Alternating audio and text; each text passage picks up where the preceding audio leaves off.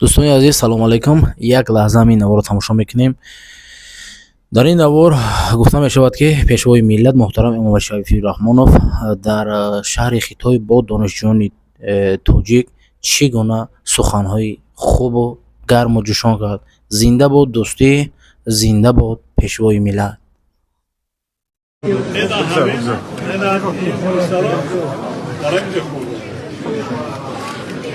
Oylaşan derim yok. Hamice zaman yok falan. Ben gara ne şaş. Aklımda şovu Türkiye'de. Kızlar az badak şu. Biraz kovalı. Bir kovar yani kohar sonra kohar. Yakın ama ya da kohar işi var. Evet. Kohar öyle. یک سفر پیش این اومد. ما تعریف کردم تا که امیخی پدر و مادرش امیخی داشت آلا خونده که دیپلم سرخطی تعریف کرد. ما خون کش کنم. یکم خواهر دیگر نداره. اپای خواهر نداره. این که تعریف کردی عثمان برو ولی توی داره کلام خواهر داره. بعد بچه‌های موضوعی داشت که کدوم bir oyla sen taraf koskoyla oyla tom malumat yolu kanki kor ne kadar şey şu tambar yapıyor da ya ne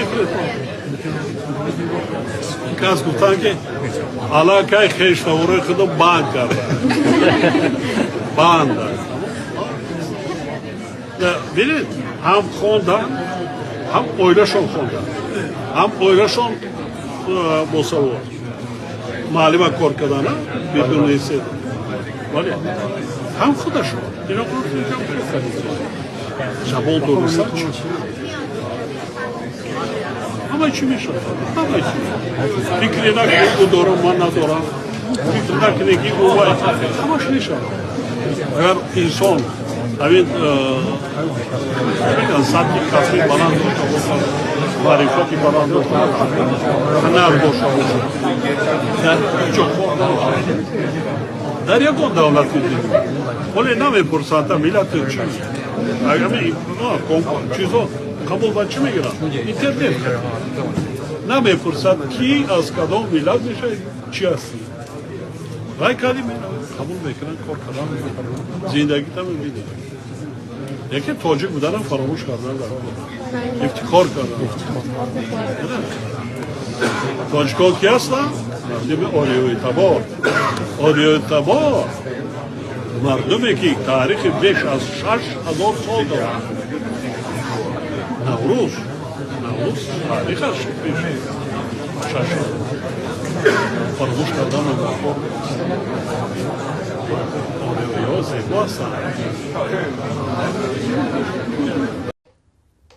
از روی نتیجه های ملاقات و مذاکرات سطح عالی تاجیکستان و چین 31 سند نوی همکاری به امضا رسید.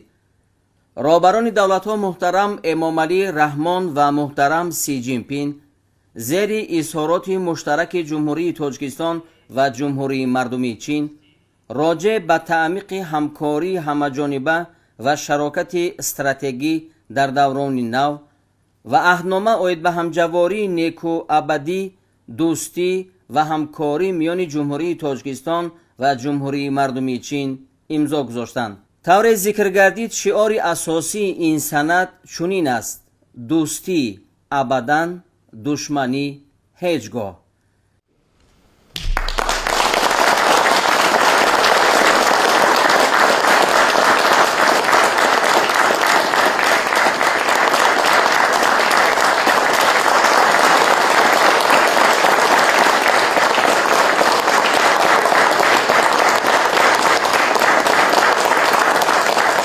سندهای دیگر امضا شده اینهایند: پروتکل درباره همکاری میان وزارت کارهای خارجی جمهوری تاجیکستان و جمهوری مردمی چین برای سالهای 2027-2028 و یادداشت تفاهم عاید به همکاری میان حزب خلقی دموکراتی تاجیکستان و حزب کمونیستی چین برای سالهای 2026-2028.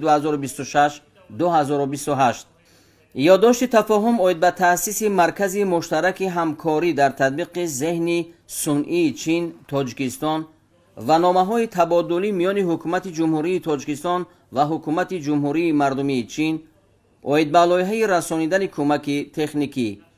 یادداشت تفاهم اوید به گسترش همکاری علمی و اینواسیونی تکنولوژی در ساحه ذهن صنعی و یادداشت تفاهم درباره تحکیم همکاری در اساس اعتماد رقمی در ساحه تجارت. نقشه چهاربینی‌ها اوید به همکاری در ساحه معدن‌های سبز برای سال‌های 2026-2028 و یادداشت تفاهم اوید به همکاری در ساحه اداره‌کنی مالیه دولتی.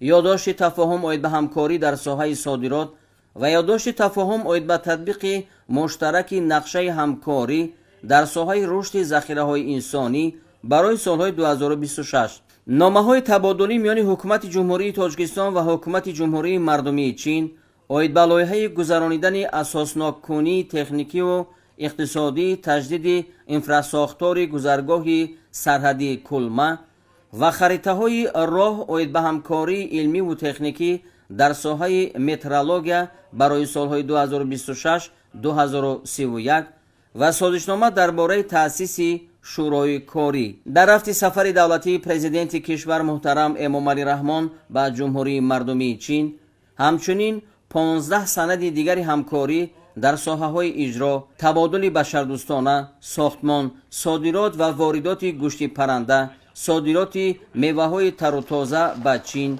اطلاعات، معارف و فرهنگ به امضا رسید.